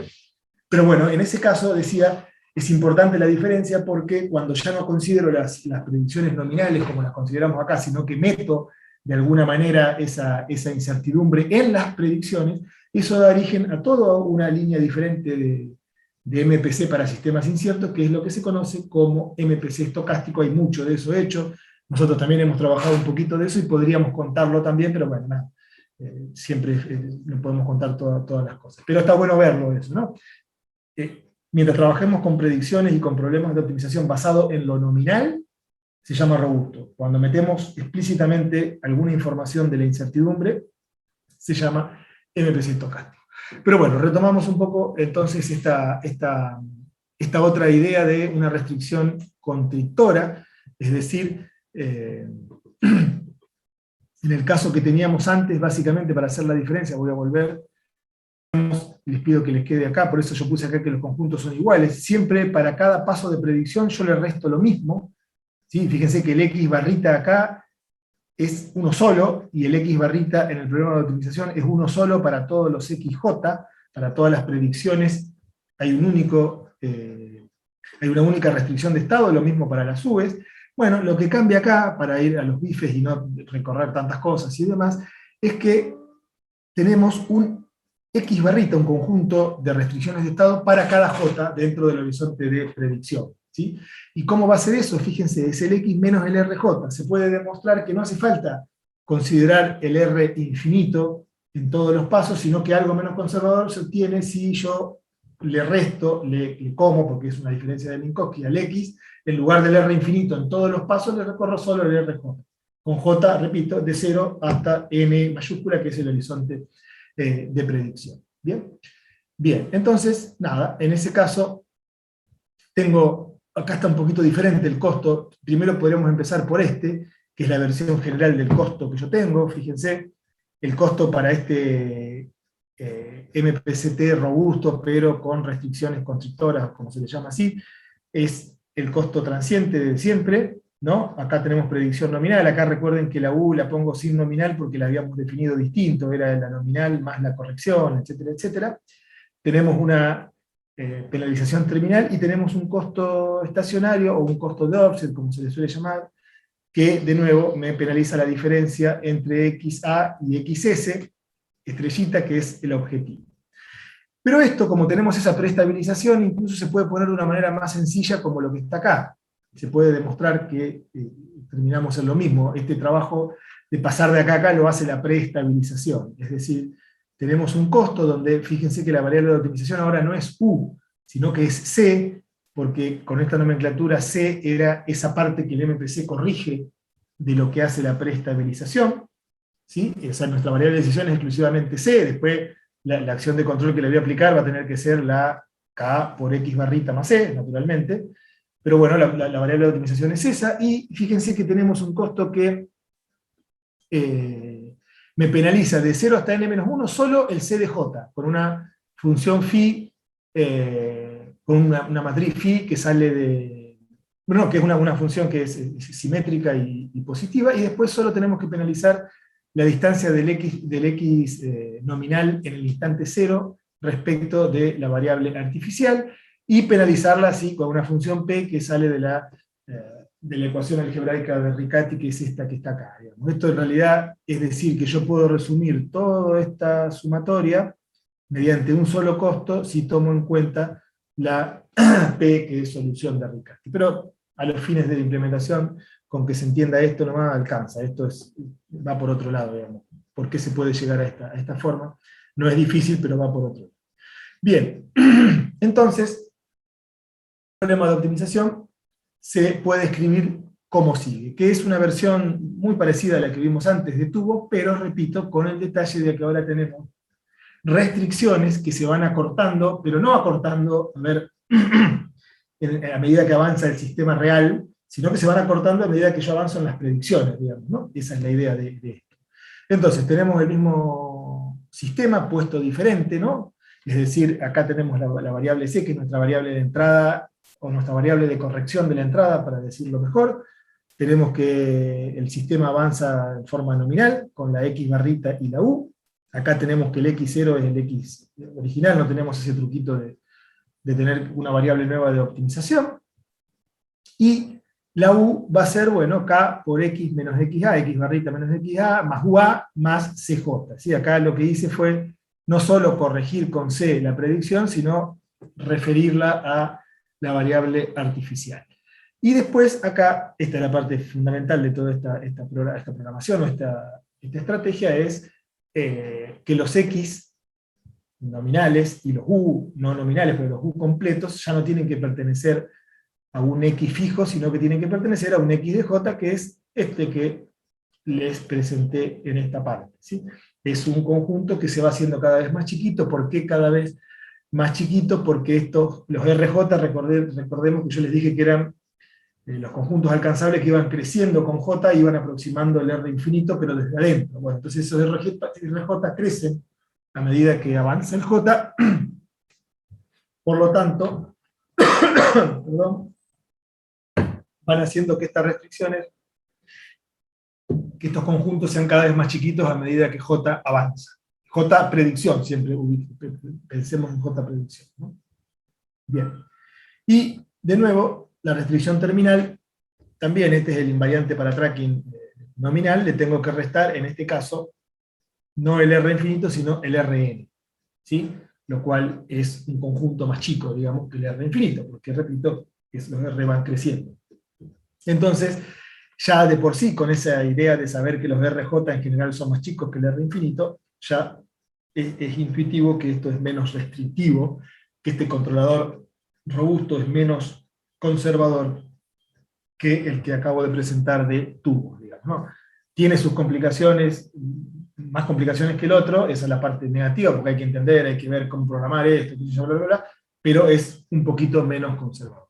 La acción de control a aplicar es, como les dije, la preestabilización primero, en este caso contra las variables auxiliares, más la primera acción de control que me da la optimización que tengo acá, digamos, ¿no? Es más o menos lo mismo que teníamos antes. Estas cosas yo entiendo que si uno lo ve, le queda un montón de dudas, che, era menos XA, K, ¿por qué cosa? Bueno, esto recién cuando uno lo programa y lo ve, ahí realmente le queda claro los detalles. Acá me interesa no los detalles, sino la idea general de a qué se apela o cuáles son las herramientas para que los MPC que veníamos viendo hasta ahora incluso dejándolos igual en el sentido de que seguimos con las predicciones nominales, qué ingredientes, qué cositas les tenemos que tocar para que pasen a ser robustos ante determinadas incertidumbres.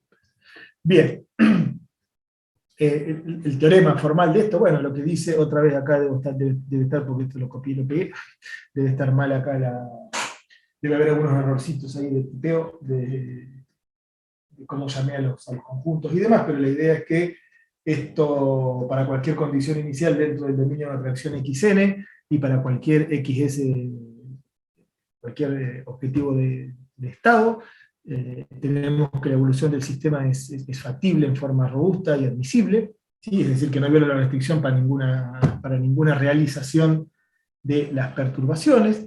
Tenemos que el límite, cuando k tiende a infinito, de C de k es igual a 0, es decir, que la idea de esto es que me deje el control preestabilizado trabajando solo. Con el tubo pasa algo parecido, pero bueno, acá lo ponemos de manera más explícita. Repito, que el C vaya a 0 significa que el control va a llegar a un momento en donde no va a hacer nada. El control predictivo no va a corregir en nada el control preestabilizante y lo va a dejar solo andando el control preestabilizante, que es estabilizante como su nombre lo indica. Y bueno, por último, nuevamente, el lazo cerrado converge a este conjunto, que es lo mejor que podemos tener para ese XS. También en este caso se puede demostrar, porque se lo ha hecho por ahí, que ese XS estrellita, este es XS estrellita, este punto, ahora sí el punto solo, es ISS, ¿sí? Es Input to Stable, en el sentido de la definición que vimos de ISS, ¿sí?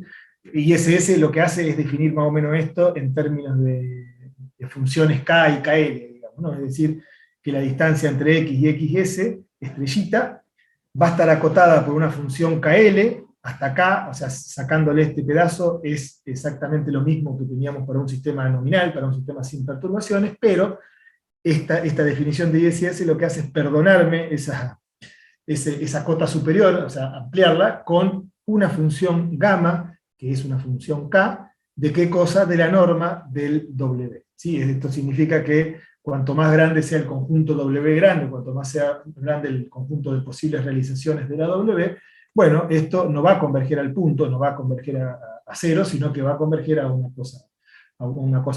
vecindad del XS estrellita, que es lo mismo que lo pusimos acá en forma más prosaica o en forma más de color, ¿sí? Entonces, bueno, el resultado, si bien es un poquito engorroso de seguir las cosas que se hacen acá, es bastante fuerte en el sentido ¿no? Que garantiza la estabilidad de entrada de estado, bla, bla, bla, y que garantiza todo lo que se pueda garantizar por estas tierras, digamos, en cuanto a controladores avanzados. De nuevo, la contraparte, no les voy a mentir, no es que porque pasemos a restricción constrictora esto deje de ser conservador, no, es un poquito menos conservador que el tubo, pero sigue siendo conservador en los casos de aplicación. Entonces, bueno, nada, si recorren un poco la literatura van a ver que no es muy aplicado no son muy aplicados a problemas concretos este tipo de controladores, y han quedado más en un plano más académico, digamos, ¿no? Por ahora, ¿sí? Bien. Bueno, acá hay una aplicación, esto se lo dejo también para ustedes para no cansarlos. Esto es una aplicación que hicieron, este es un sistemita que está en la Universidad de Sevilla y que por intermedio de otra gente tenemos acceso y qué sé yo. Y bueno, se hicieron las simulaciones correspondientes del caso, se buscó una referencia de salida, etcétera, etcétera. Y estas son H, se llaman porque son alturas, las alturas de los tanques que queremos controlar. Y lo que se muestra de alguna manera es que si este conjunto aquí en azul, que es un conjunto de restricciones para la salida y demás, y queremos mandarlos a diferentes puntos, está un redondelito ahí azul, acá hay otro y acá hay otro, son 3 set points, esos serían los ISP, o los que están asociados al estado XS estrellita que está acá, y bueno, y el sistema está perturbado por una cosa, se los puede llevar ahí. Fíjense que incluso el R infinito no es factible, pero, bueno, no es que no es factible, perdón, esto en azul es el equilibrio o algo así creo que era. Bueno, nada, acá lo que tenemos es que el estado, la evolución del estado, o al menos esta proyección, que son 2 estados que representan la salida, van a quedar dando vuelta de manera aleatoria alrededor de ese punto, pero sin salirse del R infinito, digamos, ¿no? O sea, sin salirse de ese punto más suma de Minkowski del R infinito. Es una simulación, digamos, que no tiene mucho sentido a lo mejor mostrarla así, sino está bueno que ustedes lo hagan con algún ejemplito y lo grafiquen y lo vean de que efectivamente se cumple. Y también es bueno ver que va hasta el borde, digamos, porque esto es lo mínimo, porque uno podría ser más conservador todavía. Esto es dentro de esta estrategia, lo menos conservador que se puede ser, digamos, ¿no? Se lo manda al mínimo invariante y usa todo el conjunto. Fíjense que va para las puntas, va para los bordes, es decir, que más chico que eso de alguna manera no se puede. Bien. Eso entonces en cuanto a lo que es MPC para incertidumbre aditiva. No sé si queda alguna duda antes que pasemos a la incertidumbre paramétrica, que es un poquito diferente. ¿Algún comentario, alguna cosa? Esto es medio surfear lo que estoy haciendo, o sea, se lo conté medio por arriba, no me metí tan en detalle como otras veces, pero creo que los conceptos han quedado. Bueno, no sé si hay alguna duda, Martín, todo más o menos cuadra. Sí, la idea se entendió. La única duda que tenía ya la había respondido antes, que justo te estaba por preguntar por qué MPC robusto y no estocástico por esa parte como del ruido, lo que se agregaba. Pero Perfecto. la respondiste justo en un... Exacto, no, es interesante eso, porque aparte abre todo otro campo, digamos, ¿no? De gente que trabaja en estocástico y todo. Primero, la primera cosa necesita información estocástica, acá no necesita información estocástica, necesita saber dónde vive nomás el ruido, o sea, el conjunto, y después, chau, porque es bien conservador, y por lo tanto es más conservador esto que el estocástico, ¿no? Porque no te importa la forma del ruido, sino te importa la cota, ¿no? El conjunto donde vive. El otro, justamente, como trabaja con información acerca de la distribución, bueno, ya empieza a penalizar el valor medio de las predicciones, por ejemplo, cosas así, y termina siendo bastante menos conservador, digamos, ¿no? Lo que pasa es que no es garantista el MPC estocástico en el sentido de que aparece, y está bueno por ahí, ¿no? En el sentido que aparece qué cosa. Por ejemplo, aparece el concepto de restricciones estocásticas, que es medio contraintuitivo, pero significa que vos vas a violar las restricciones con una probabilidad baja, pero no que no la vas a violar, ¿sí? Entonces, bueno, es decir, pagás el hecho de que sea menos conservador el controlador, diciéndole que las restricciones, bueno, las vas a violar, pero poquito, o sea, poca parte del tiempo que está el lazo en control, digamos, ¿no? Naturalmente hay aplicaciones que lo admiten, hay aplicaciones que no, porque hay aplicaciones que, por más que la violes a la restricción 0,5 milisegundos, chao, se complicó algo, digamos, ¿no? Bueno, en fin. Pero es todo un trade-off, digamos, ¿no? Pero bueno, sí, por ahí es importante ver esa diferencia. Bien, y ahora para terminar con lo que es MPC robusto, no vamos a hablar de MPC estocástico, aunque podríamos, pero no lo vamos a hacer ahora en este año al menos. Hablamos muy brevemente, 4 o 5 slides creo que son, de lo que es incertidumbre paramétrica, porque también hay MPC para eso, ¿sí? Vamos a encarar lo que se llama el enfoque multimodelo, que es uno bastante general, hay otras variantes y demás, pero básicamente es el multimodelo. ¿Qué significa multimodelo? Bueno, significa que tenemos como punto de partida una familia denumerable infinita, para decirlo más formalmente, de modelos posibles, ¿sí? Imagínense que para que esto funcione tiene que ser una cantidad relativamente pequeña de modelos, y cosa denumerable infinita significa que no es que estoy hablando, por ejemplo, de una combinación convexa de sistemas, porque en ese caso, si bien está acotado, es infinita y no denumerable la cantidad de modelos, porque puede ser cualquier cosa, hay un continuo de posibles modelos. ¿No? En este caso tenemos una familia de 4, 5, 28, si quieren, es medio grande, pero bueno, un número determinado de modelos. ¿Sí? Esa es la idea de este enfoque, y que de hecho es de los que más funcionan a la hora de hablar de controles predictivos robustos, y de hecho se ha llegado a hacer alguna prueba de esto en alguna planta de Petrobras, ¿sí? Con cierto éxito, digamos, en el sentido que solucionaba algunos problemas, más que agregar problemas como hacen habitualmente los MPC robustos.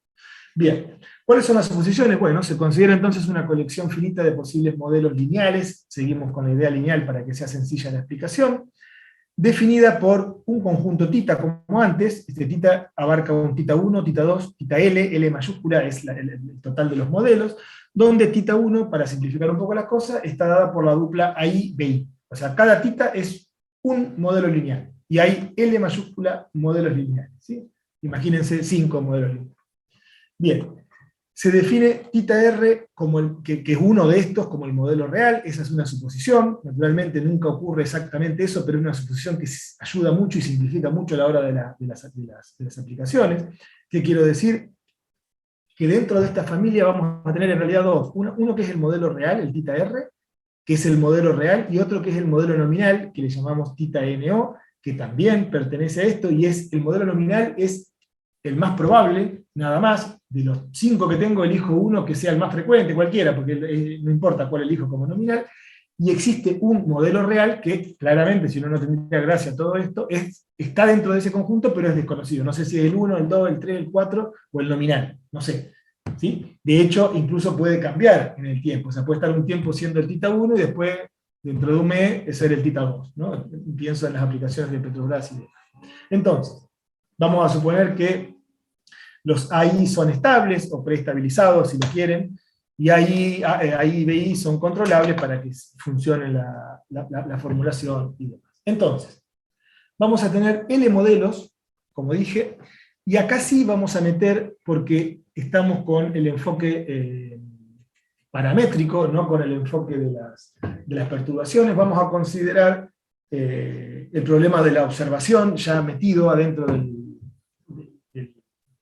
problema, ¿no? De tener un observador, y vamos a meter ese estado adicional que yo les había presentado antes, y que es para la eliminación de offset de CD. ¿Sí? Pero es lo mismo que metí antes. Incluso acá tiene la dimensión del estado del B. Me ahorré la matriz esa BD que decía antes, y es un modo integrador, ¿sí? Para no complicar demasiado. Es lo mismo de siempre, es un estado ampliado. Pero fíjense que tenemos L modelo, acá aparece XY, ahí XY, BI, U, no, la U siempre es una sola para todos los modelos, no puedo pretender hablar de distintas U's, una para cada modelo, porque la U que voy a estar trabajando siempre es una sola, que se la voy a ir aplicando a todos los modelos, ahora vamos a ver cómo, pero sí tengo una trayectoria de estado para cada modelo. Y tengo uno de todos esos X, de todos esos Y, que es el NO, que es el nominal, ¿sí? Es el modelo nominal. ¿Sí? Repito, es uno de los que está ahí adentro. Y también tengo el otro, que es el real, como les dije, que está dentro de la familia de los L, pero no lo conozco. ¿Sí? Es desconocido y puede cambiar en el tiempo, que lo vamos a llamar con el índice sub R. ¿Sí? Bien. ¿Cómo es la formulación entonces de este MPC multimodelo o MPC robusto para robustez paramétrica multimodelo? Bueno, lo que hago es, de nuevo, como les dije recién, en contraposición con el MPC estocástico, trabajar con el sistema nominal solamente, es decir, en este caso significa elegir uno, que a mí me guste más, de los L mayúscula modelos que tengo, y plantear un MPC para tracking bastante habitual, ¿no? Tengo el X en J, lo penalizo contra el XA, que es una variable auxiliar del nominal, porque van a ver que tengo que definir variables artificiales para cada uno de los modelos para que esto funcione. Lo mismo para la U no depende del modelo, la U es una sola, repito, para todos los modelos, y acá tengo un costo estacionario que me va a guiar el vector negrita XA a XS. XA, ¿qué es? Es una colección de, no en el tiempo, ¿sí? No estoy hablando de una variable artificial que se desplaza en el tiempo, es una por cada problema de optimización, no hay tiempo ahí. Pero sí tengo una para cada modelo, ¿sí? XA1, XA2, hasta XAL. Tengo que tener una variable artificial, y ahora vamos a ver por qué, para cada modelo, o para cada modelo de mi familia, ¿no? Entonces, esa B estacionaria, o la parte de offset, el costo final ese que tenemos siempre, va a ser una sumatoria de la penalización de cada una de esas variables auxiliares hacia el XS, que es único, ¿sí? Sumatoria a lo largo de qué y de los modelos, porque tengo L modelos. Bien, ¿y cómo luce el problema de optimización? Esto también va a ser medio intuitivo, no vamos a entrar en los detalles. Si uno lo pone a pensar así, le empiezan a surgir un montón de dudas y qué sé yo. Yo solo voy a contar la idea general. Tenemos la minimización del costo que dijimos recién, tenemos L predicciones, o sea, acá por cada una de las restricciones que teníamos antes, ahora vamos a tener L, o sea, es un programa de optimización con muchas más restricciones, bastante más complejo, aunque no es mucho más complejo, pero es más complejo. Fíjense que acá tenemos condición inicial para cada uno de los L modelos, predicción a lo largo del tiempo, para el tiempo, naturalmente, como siempre, desde 0 hasta n-1 en J, pero esto se tiene que poner para cada uno de los L modelos, de los 5 modelos que nos imaginamos recién. Tenemos las restricciones también, lo mismo de siempre, pero para cada uno de los L modelos, y acá tenemos la restricción de equilibrio que usábamos siempre para las variables auxiliares, y la tenemos que tener también una para cada modelo. La restricción terminal, en este caso, la ponemos como restricción terminal de igualdad, porque lo vamos a referir no a un XS, sino a una X, a la X artificial, también de nuevo una para cada modelo, y acá al final aparece la restricción que es la clave para resolver esto, es decir, la restricción que realmente importa para conseguir que este controlador funcione, garantice la convergencia donde tiene que garantizarla, etc. Es esta restricción media extraña que aparece acá, y que la puse en rojo justamente por eso. Esta restricción básicamente lo que hace es, fíjese que este costo acá tiene una parte transiente nominal y una parte estacionaria que involucra a todos los modelos. Bueno, estos costos que aparecen acá, Bn, di y ésimo, son los mismos costos que están acá, pero referidos a un modelo en particular, al modelo iésimo. Es decir, estas son L restricciones, que ¿qué me piden? Me piden que el costo correspondiente a cada uno de los modelos sea explícitamente menor o igual que el costo de cada uno de esos modelos, pero con estas U moñito y X moñitos, que son las variables shift, esas que utilizábamos para la demostración de estabilidad. Es decir, de alguna manera lo que me está diciendo esto es que el costo correspondiente a cada modelo sea menor o igual que el costo correspondiente a cada modelo, pero del tiempo anterior, ¿sí? No es exactamente el tiempo anterior, pero estas variables aquí hacen que sea eso, ¿no? Entonces, fíjense, acá lo desarrollo un poco más. Esta es la forma de esa BNI, que yo se lo dije con palabras, es, repito, la misma fórmula que teníamos arriba, pero la misma fórmula para el costo general que teníamos arriba, pero referida solo al modelo iésimo, ¿sí? Transiente, estacionario, pero siempre del modelo iésimo, ¿sí?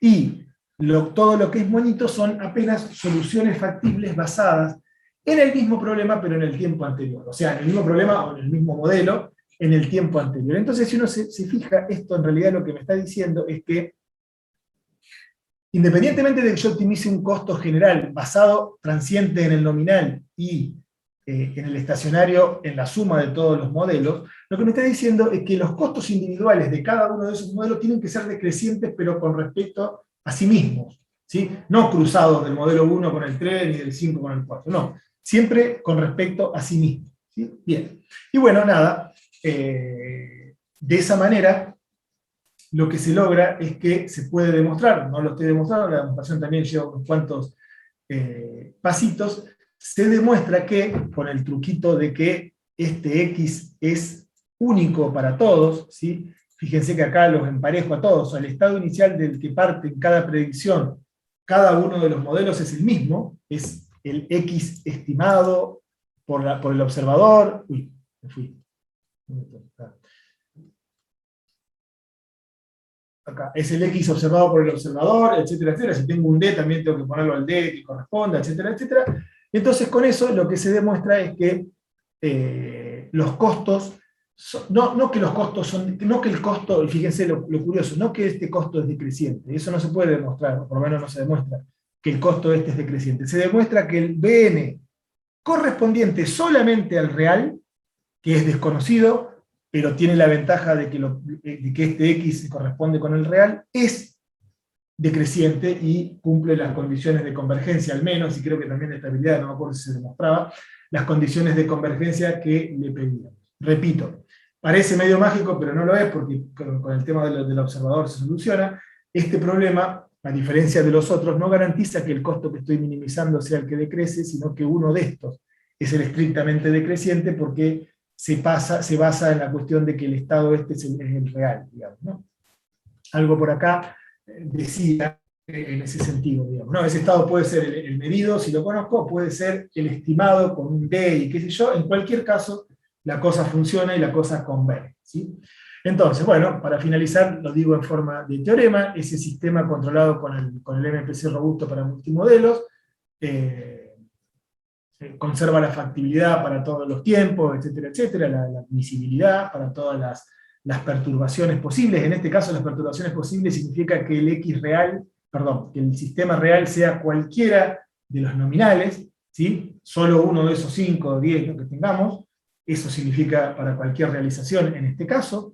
El lazo cerrado correspondiente al sistema real con la realimentación del único estado medido o con observadores diferentes, uno para cada modelo, porque los observadores, tengan en cuenta ese detalle, si yo quiero meter un observador acá, tengo que meter un observador por cada modelo, ¿sí? Pero siempre midiendo la única salida medida que hay.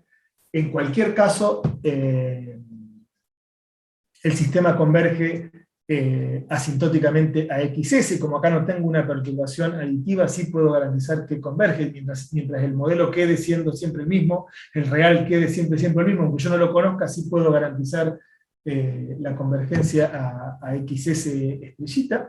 ¿Sí? Y bueno, nada, de esa manera es una especie de truco para que, independientemente de cuál sea el sistema real dentro de esa familia, se garantiza la estabilidad asintótica de ese estado XS. ¿Sí?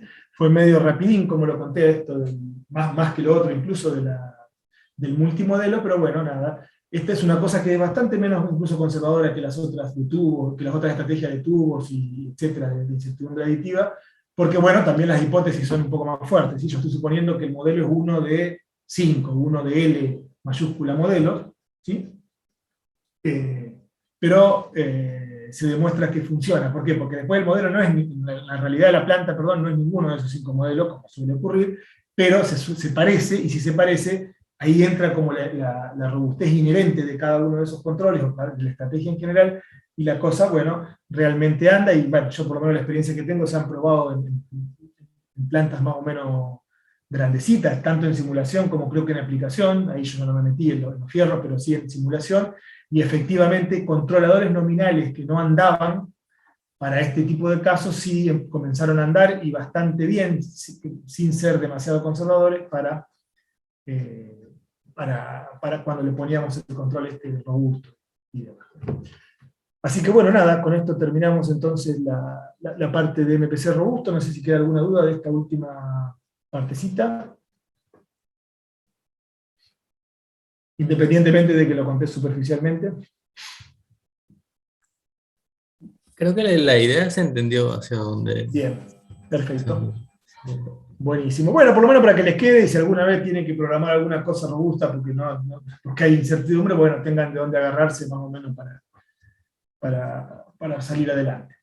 Bueno, nada, entonces con esto ya terminamos la clase de hoy, y terminamos las teorías, de hecho, y bueno, lo dicho, la semana que viene nos vamos organizando, ya nos manejamos por mail para ver cuándo nos reunimos, para así lo podemos sumar a Valentín, que estaba complicado con las mañanas, y bueno, para ir viendo también los artículos que van a defender, y para ir haciendo consultas eventualmente de las guías que tienen que entregar.